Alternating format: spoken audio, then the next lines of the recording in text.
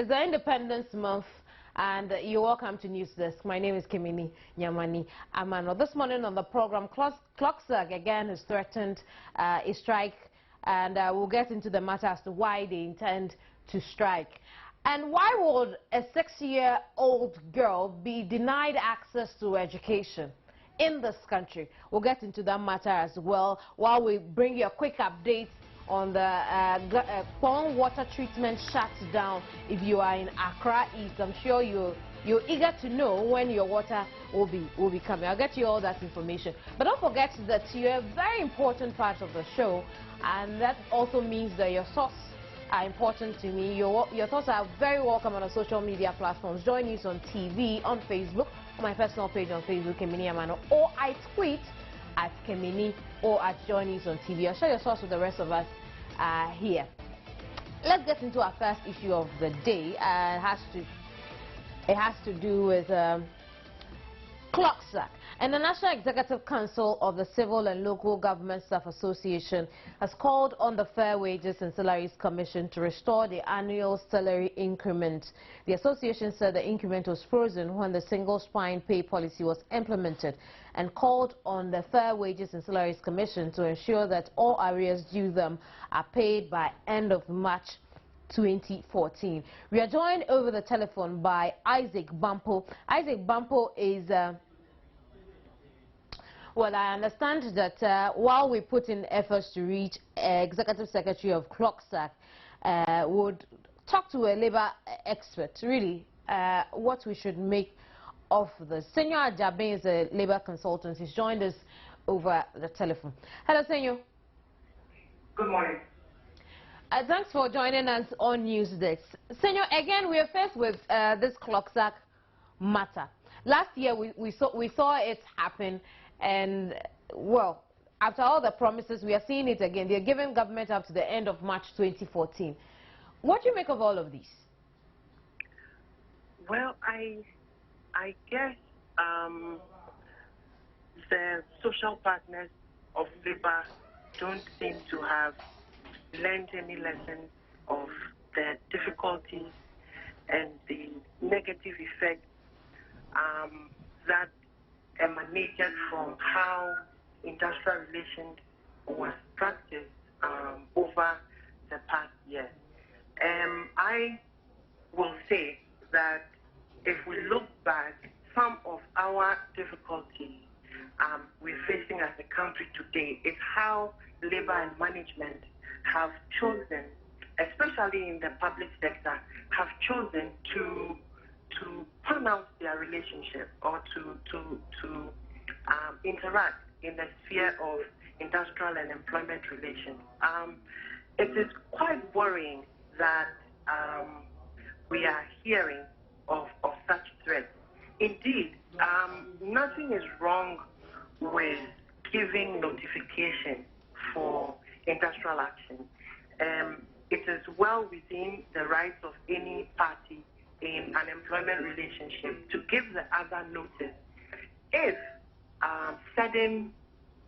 after certain interactions and discussions of dialogue around a dispute which leads to deadlock, then beyond that, these notices can be given. I am not aware of any discussions that have been held, especially within the forum of the Public Services Standing Joint Negotiation Committee. Indeed, if this is the forum where such discussions should be held, and if there are disagreements or there's a deadlock at that forum, there are specific ground rules of that forum which take care of deadlocks and how disagreements are taken care of. And so for us to be hearing splintered groups bring out issues of a nature that are supposed to be discussed and agreed or disagreed, for that matter, within the ambit of the Public Sector Joint Standing Negotiation Committee, then I am worried because the structures then seem not to be adhered to.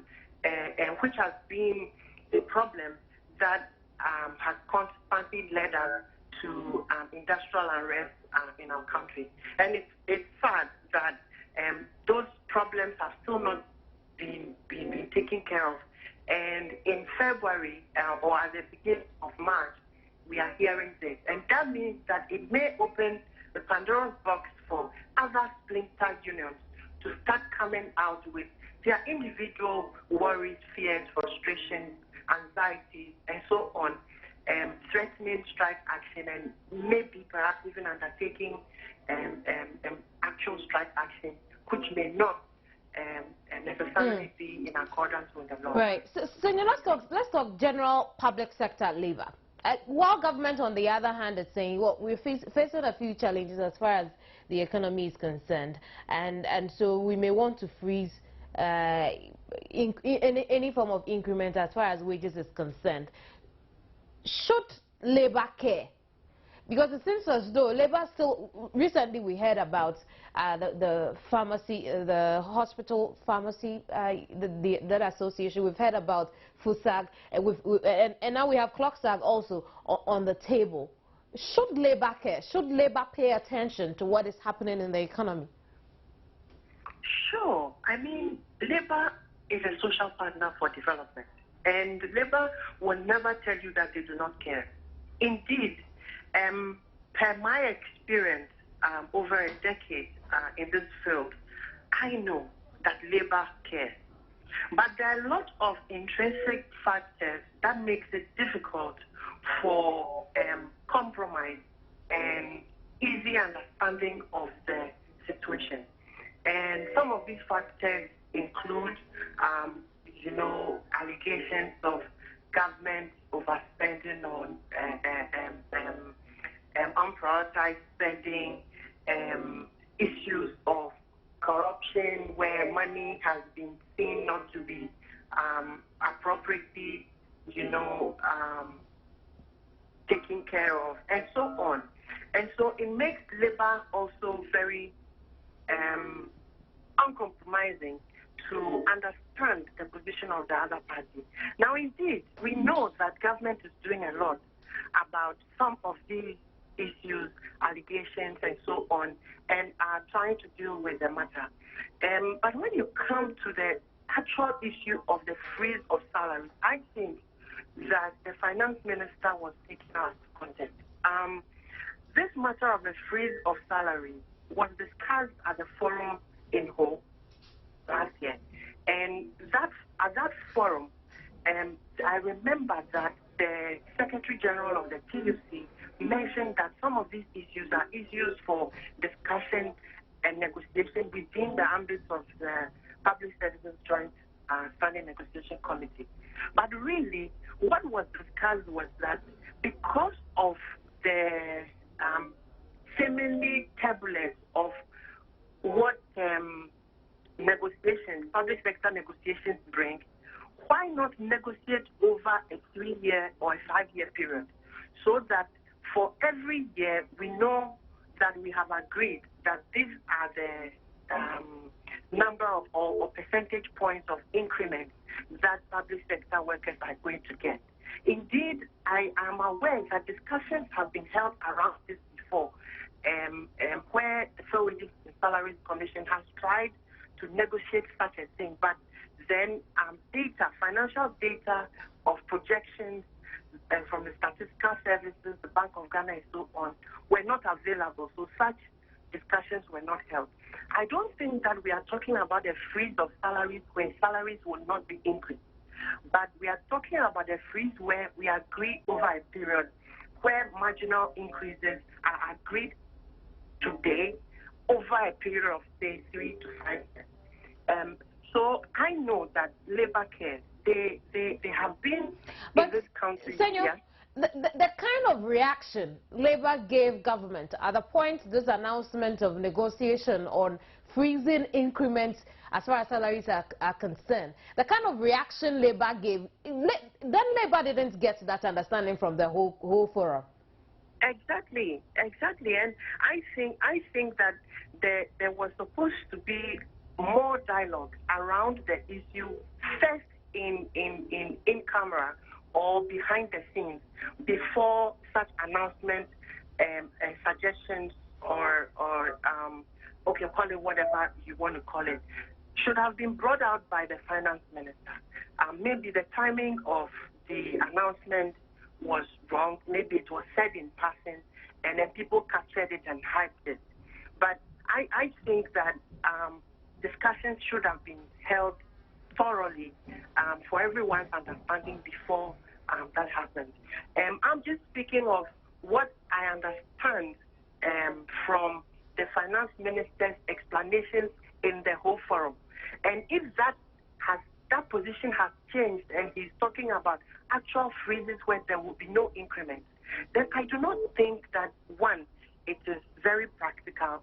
Two, it is possible within negotiation circumstances, because when the CD has depreciated, when actual value of money has given way to some inflationary reductions, then definitely the value of money has fallen, and at best or at worst, the employee or the worker should have the value for the money that he had a year ago, so that the value should not be lost, okay, to inflation and other things. So definitely, as for no increases at all, it is not something that can even be discussed, because definitely the time value of money is a factor that no labor representative or no worker would actually allow to go. So I think that we need more dialogue, more discussions, and that's why I think that the Public Services Joint Standing Negotiation Committee must be a very, very, very busy committee right now, trying to foster and promote dialogue within the social partners and broker some agreement quickly. Firstly, on the 2014 salary increment, the base pay, the committee that decides on the minimum wage, the tripartite committee, should also quickly work and then get these things finalized, so that there are no agitations that come on board like the clauses on now to create an unfriendly environment for even dialogue and so on. Yeah. But Senor, sometimes when you look at the demands labor is making, a lot of times you realize that it is not about the salary itself. It's about some promises that were made with the implementation of the single spine salary, the single spine pay policy. For instance, people who want to get their conversion differences, people who want to get their premiums. Is it time we take a look at those things again? Yes, well, so that should tell everyone that communication within labor relations, communication and sharing of information within employment relations, as in the relationship between employers and workers, and then also employers and workers representatives, is not necessarily a straightforward PR arrangement. These are very specialized communication areas where government and its representatives, all other social partners, must be aware of before they go into the press or into the public to make any kind of announcement or promise and so on. The worker and the labor representative does not think necessarily like a citizen. They think as workers first, and they think as unions first. And so the way you communicate to them will not be the same as you would communicate to a citizen or the general populace. And that is why when politicians and ministers and so on go on air and talk about labor issues and reiterate promises and so on to labor unions, which at the end of the day they find difficult to implement or to live up to, then we'll have a problem, because the citizen may let certain things slide, but the labor representative will pen down everything you say and demand it to the last city or person. And that is where I see the challenges coming from. So to me, I think that we have to re-engage basically on promises that we've made that we may not be able to redeem, or promises that we've made and how we intend, under the circumstances or under the difficult circumstances, to bring it to fruition. That way, people are well informed, and the representative of labor will be understandable and compromise a bit with within the labor dialogue. In re-engaging, what should we do? Because we wouldn't want another sort of a talk shop like last year. So in re-engaging labor, what should we look at changing about the pay policy? We all admit, indeed, it has helped, but what can we do? Yes, there's a lot of communication channels available to each stakeholder. And I guess perhaps because parties have tried to follow the laid-down legal channel, then it limits the other informal channels. For example, the government has the office of the president. The government has the president himself. The government has the Ministry for Labor and Employment and Labor Relations. They have the other sector ministries in the major areas of this economy, like education and health, youth sport. I mean, these are individual channels that a good communication plan can be used to target the other social partners. Government has the tripartite committee, which, for me, to a large extent, has not lived up to as much of its responsibilities under the labor law as possible. These may be structural, and these may be social other partnership challenges that may be had, but it is one of the major areas of the areas of dialogue where government and social partners can interact. The forum of the Public Services Joint Standing Negotiation Committee is also available. Apart from that, nothing stops the Employment Ministry to go individually with each labor union, talking about general things, not necessarily issues that are supposed to be discussed within the Public Services Standing Joint Negotiation Committee. So there are so many channels that we can use to effectively engage and have some form of direction, not necessarily bringing all the social partners together at the same time. Indeed, that also has its disadvantages, because where a clear line of action is not determined, Senor, you also realize that indeed we've had a lot of these talks. We've had talk we've engaged labor. Labor is engaged. The Labor Commission is engaged as employers, so on and so forth. Is it time, perhaps, some of these add-ons, like these categories 2 and 3 allowances and conversion differences and premiums, perhaps we should start looking at cancelling some out and consolidating others into the salary. Then when you pay the public sector worker, you know that you don't have a problem. Well, you are right. But even in going that way, you need a lot more. You see, there's something we call consensus building. Currently, I do not think that we've been able to build enough consensus within the labor sector for an onward journey towards productivity. For example, we haven't really built that consensus. We've not built so much consensus even around the issue of the implementation of the single spine pay policy. Consensus was built to some extent, but the consensus was supposed to be consolidated by implementing educational programs, which did not take place. So we have talked about some level of engagement, but we haven't really invested into education for people, even the individual unions and their leaders, to actually come on board properly. So it's like a lot of splinter groups are standing on the periphery And when you call them to a meeting, they'll come and listen and they'll say, kebi, you know. So we need to invest a bit more in the education of the stakeholders on exactly what we intend to do. Take feedback from there and come and input it into the various other plans that we intend to implement, so that at the end of the day, we will own one policy, one direction, and one action, which then would be able to satisfy, if not everybody, most. And then those who are still not satisfied will learn to be able to accept and live with the belief that in ADR processes, in good faith processes, you may not get it all as you want, but you may get some and you may lose some.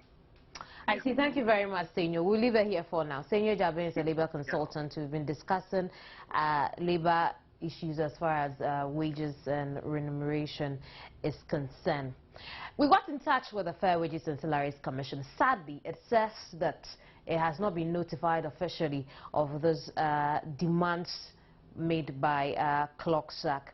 And, well, if you haven't paid them what is due them, then you should know they will make some demands on you. But why would ClockSack not make this official to the Fair Wages and Salaries Commission? Those are some questions we would have answered in the course of the program when we raise ClockSack over the telephone. But don't forget that you can share your thoughts with me over the telephone, over social media. You can do so on Joynews on TV, on Facebook, and on Twitter. Let's get on to something else. And a 6-year-old girl at Winchi has been denied access to education because she cannot walk. The assistant headmistress of Winchi Methodist B Primary School told Joynews she can only admit active children. Roger Cobbiner reports that the girl's rejection from school has left her family broken. Alberta is not a happy woman. All emotions she had bottled up for some time finally let loose. She is hurt. Her daughter was denied education because of her physical disability. Her 6-year-old daughter's crime was that she cannot walk. Alberta brings out a school uniform she sold for the daughter and tells me her investment is now a waste. See? I'm around your area.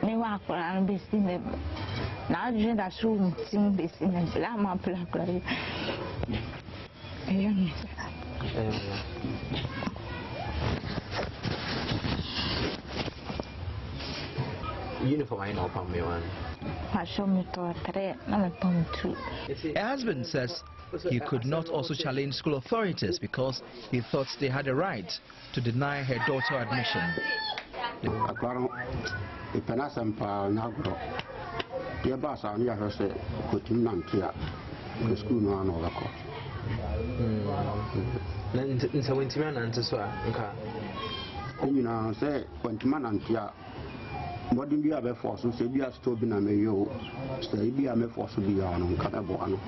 The parents have since been trying to find solutions to make their daughter walk, including buying her crutches.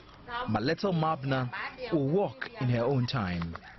She crawls to get to wherever she wants to go and never fails to smile. We followed up at the Methodist B Primary School in Winchi to get a reaction from the school. The teachers confirmed they indeed denied the girl admission. The assistant headmistress also confirmed the child was not admitted because she could not walk. She gave many reasons why the child could not be admitted. You can't sit for a long time, and you can't hold anything to look at. Let me see. You can't hold a pencil, a chalk, and anything to write. And he has got a hand, but we have a hand which can hold something. The hand cannot hold a chalk, cannot hold a pencil, a chalk. Now that I've seen that, because I haven't seen her, and I don't know anything about her. Yes. Black.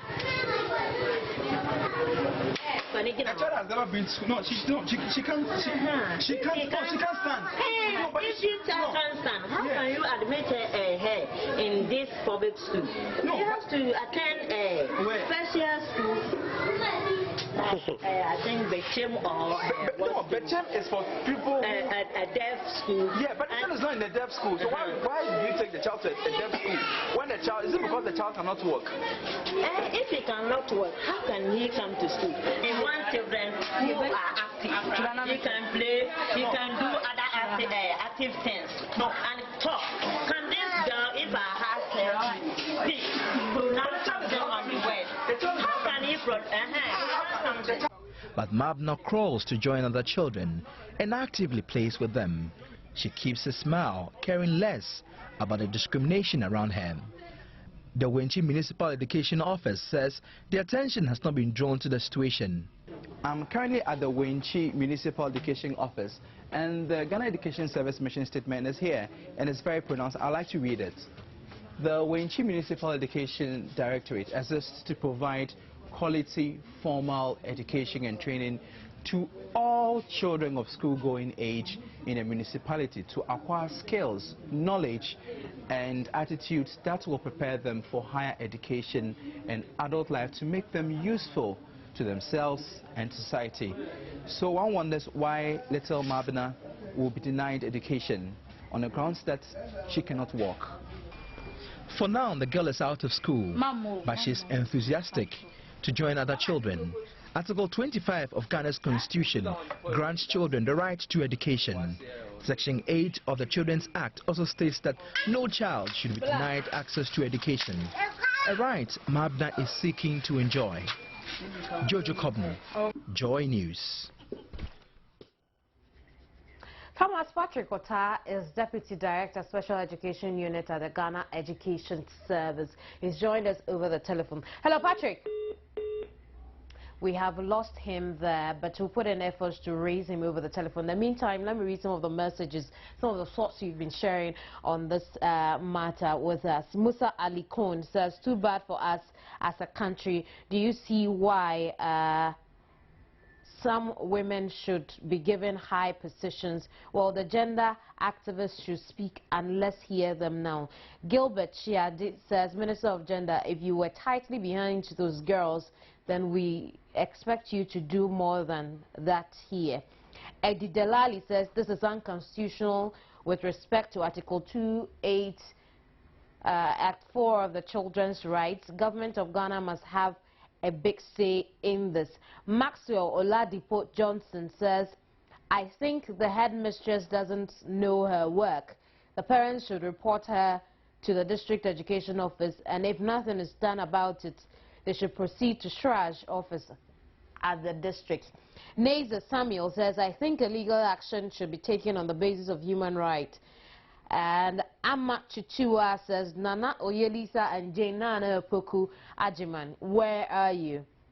Banzena Xavier Amalu, who is very unhappy, says, the headmistress should know very well that the golden rule of life says that do unto others what you want others to do unto you. Christiana Ayuba says, does she have power to select who and who should attend the school? Well, that's the question Christiana is asking. Papa Sami is also saying, I suggest the woman be dismissed from her job. Collins Boateng Forson, how can a physically challenged person be denied of her right to education? Things must be put in their right way to avert this kind of habit. Ainen Roberts says, Nanekia Sikadimfua shakes her head and is asking for the Methodist moderator to take up this matter. When we come back, we'll get in touch with the Special Education Unit of the GES, get some answers to this. Don't go away.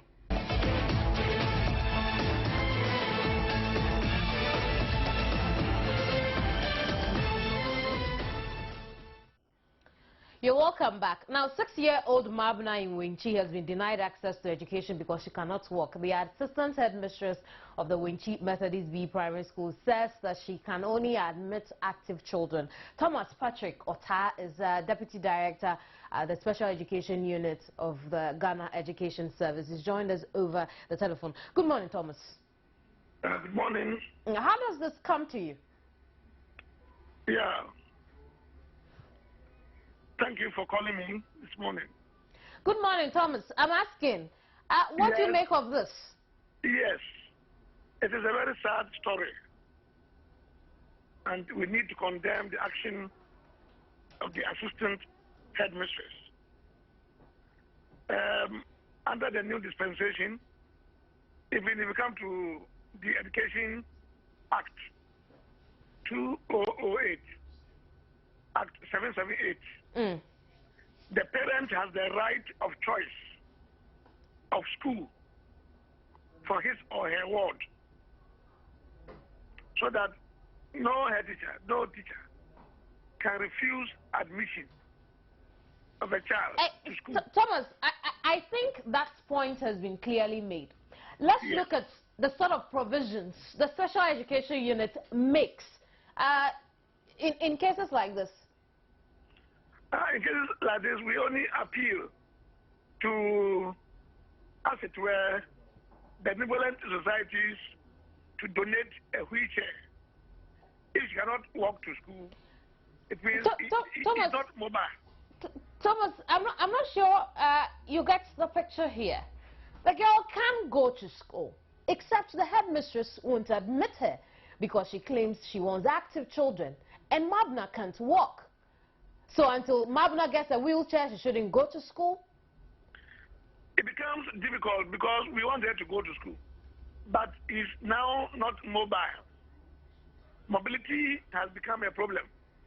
She has become physically challenged. So that must be addressed.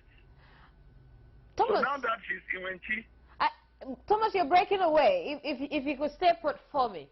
Yeah, what are the regulations when it comes to admitting children into school? Yes, when we have a district education directorate, and there's a special education officer attached to the district office. I think the parents should approach the special education officer at Wenchi District Education Office and sort things out. If the district should be able to provide a wheelchair or some benevolent society or individuals can donate a wheelchair. Thomas. Yes. Why do we have the special education unit to provide wheelchairs? Yes, it is. Unless we identify those who are in need, then we apply for supply. As at now, it has not come to our notice. Thomas, that is somebody who needs a wheelchair. I totally can't believe what you're telling me. You're telling me the special education unit that is currently drafting the all-inclusive education for Ghanaian children is there to provide wheelchairs so that the children can go to school? She doesn't want a wheelchair. We cannot be everywhere. We cannot be everywhere. There is a special education officer at Wenchi District Education Office. The matter can be resolved at that place. I understand you perfectly, but the question I'm asking you is, Mabna doesn't want a wheelchair. She's all right going to school like that. Why shouldn't she be educated? Why shouldn't the Wenchi Methodist B Primary School accept her? No, I've told you already that no head teacher can refuse an admission of a child who is physically challenged or otherwise. So it is for the head teacher, headmistress, to admit Mabna.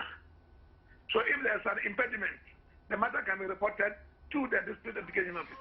And what will you do? What will you do in this instance?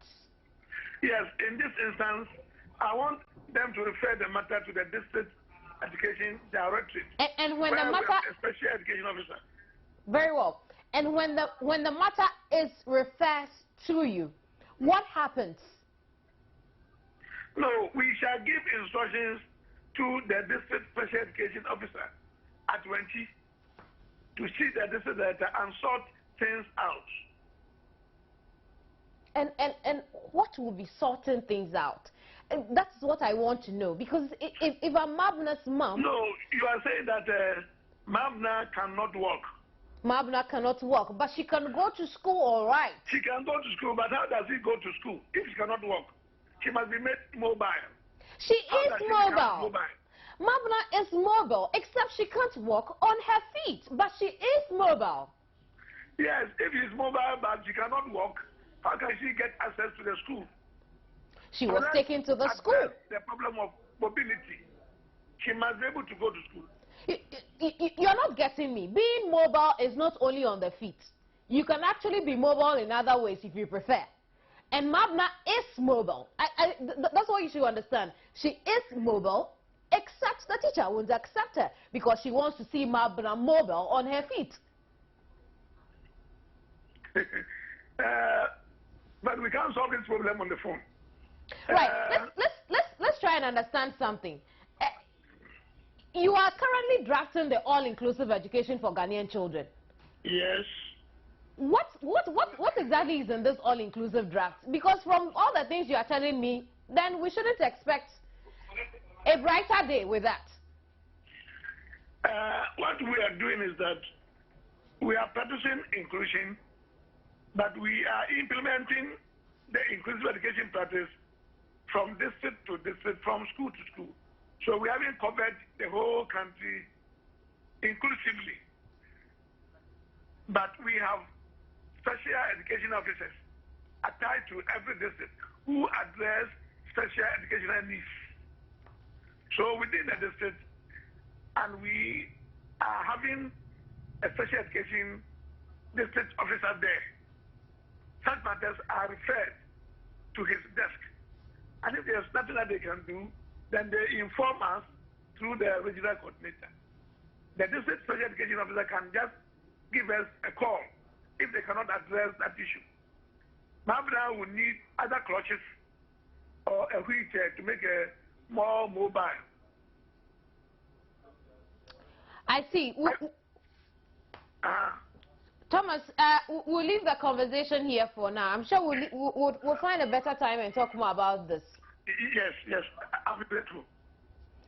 Thomas Patrick Otta is Deputy Director, Special Education Unit at the Ghana Education Service. You heard the conversation.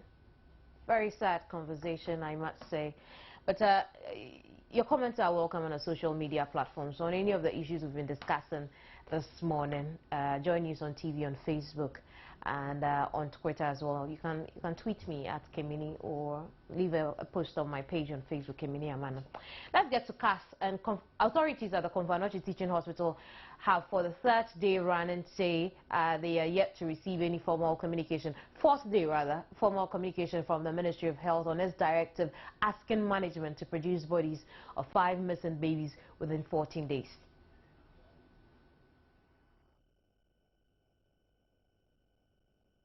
The Ministry of Health on Thursday gave the 14-day ultimatum to the hospital to produce 5 corpses of babies who died at the hospital on the night of February 5. A directive the family of Suwaiba Abdul Mumin, one of the victims, applaud. But the hospital says it is yet to receive formal communication from the ministry before it can react on it appropriately. We've still not received a copy of the report. The ministry has promised to send us a copy, but we are yet to receive it. So we do not want to give any premature comments on the matters raised in that report. We will wait, get the copy, study it, and then we will respond appropriately. This matter first broke. It was the hospital that reported the matter promptly to the police, because we thought that the disappearance of the body of that stillborn was inappropriate. It was an aberration that should be investigated so that the appropriate measures will be put in place to avoid the recurrence of such an unfortunate incident. Since then, we've cooperated fully with the police. All the staff members that they have wanted to speak to, we've presented all of them, and they have been given a caution statement to the police, and we are hoping that in no time the police will finish investigations into the whole matter so that we know which steps to take again. The mother of Suweba tells Joynews a doctor had declared Suweba hypertensive days after the bizarre incident. The says for a bar and possess Suweba as the woman in Casano. Says Suweba as the woman on your pressure. Says a thing from our court. Says a 50 idea one 10 via Okasa, 10 via Okasa, the Babisano, the Yeni say, I said, one year, Bojabuso, one year Bojabuso. Suweba, in an interview with Joynews, commended the general public for their support and wants all stakeholders involved in the matter to continue the interrogation to unravel the mystery behind the missing babies.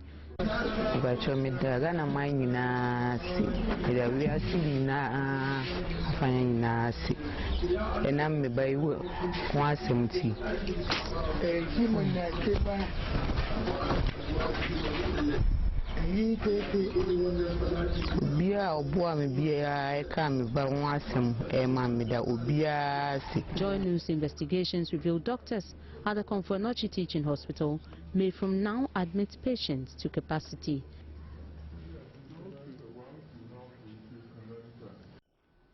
You're watching News Desk. I'll be right back.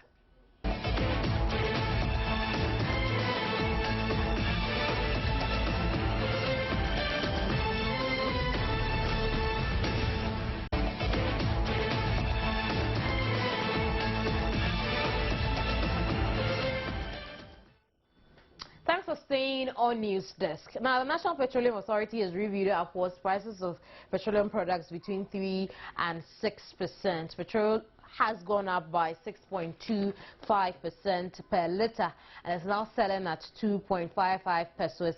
Kerosene now sells at 2.60 pesos per litre. Diesel and marine gas oil have also been affected by over 6% adjustment in price per litre. Premix fuel, mainly used by fishermen, also went up by 3.45% per litre and now sells at 1.20 pesos. Price of LPG remained unchanged. Now, Public Relations Officer at the NPA, Yaro Kasambata, told Joynews the authority was forced to pass on the cost to consumers due to the reduction in the value of the cedi.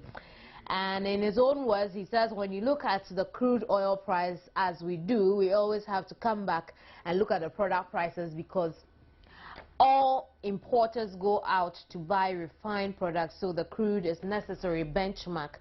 So the fact in chief is the price of the refined product itself. Yaro Kasambata explained that a cedi depreciation effect over the period and the review also contributed to this effect.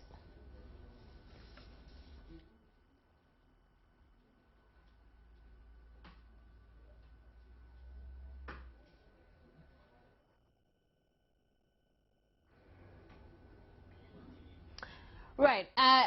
What we'll do is we'll get in touch with GPRC. You find out if you and I will be paying more for patronizing public transport. You recall that they have a benchmark beyond which they will be forced to increase their fares. But let's find out if the 6% in petroleum would warrant any increase in fares. While we do that, let me read some of your messages. And McGurney Steven says the automatic adjustment formula is a virus that will destroy DM's government if not checked. Dixon Klenyue says Ghana is becoming every day. I don't get you, Dixon, I'm sorry. But Friedrich Seifer Dilara says, seriously, just within the first quarter of 2014, fuel prices have been adjusted for like 3 or God knows how many times. They should do the same for the falling cedi if they know that's the cost. Because the first step in solving a problem is to first identify the problem. Abdul Hafiz says, Ghana should not be a lucrative realm for others to belt bottom dollar on. Ghana for all, not for NDC. We just have it up to our neck. Free senior high school just is a means to keep them in office come 2016, but no way NDC. Maxwell Oladipo Johnson says things are happening. Mwinumbu Osman Double is poor leadership and governance. That is his opinion. Christian Akwaji says a former President Kufuor can increase fuel prices 3 times within 8 years, and under President Mahama 4 times in just the first quarter. Is he the real man for the job? That's a question I can't answer, Christian. Felix Sparrow. Felix. Bernard Kwesi Ami here says if price of petroleum increase, then government must also increase civil servant salaries. Labor consultants will tell you it doesn't necessarily translate into that. And who knows, though Demoji says the NPA should give us a break. So if the CD has fallen, must we suffer in our own motherland? It's better we didn't discover oil at all. Maurice Pojie, please, the rising of the dollar should not be blamed on our economy instabilization. Wow. And President Mahama and his group should at least stop those stuff to make things easy for Ghanaians. I'm not sure what kind of things you expect them to stop. But those are your thoughts, and I'm grateful you shared them with me. Let me just take you over some of the things we've been discussing today. We've looked at 6-year-old Mabna in Wenchi, who cannot work, and hence the headmistress of the Wenchi Methodist B Primary School has decided not to admit her.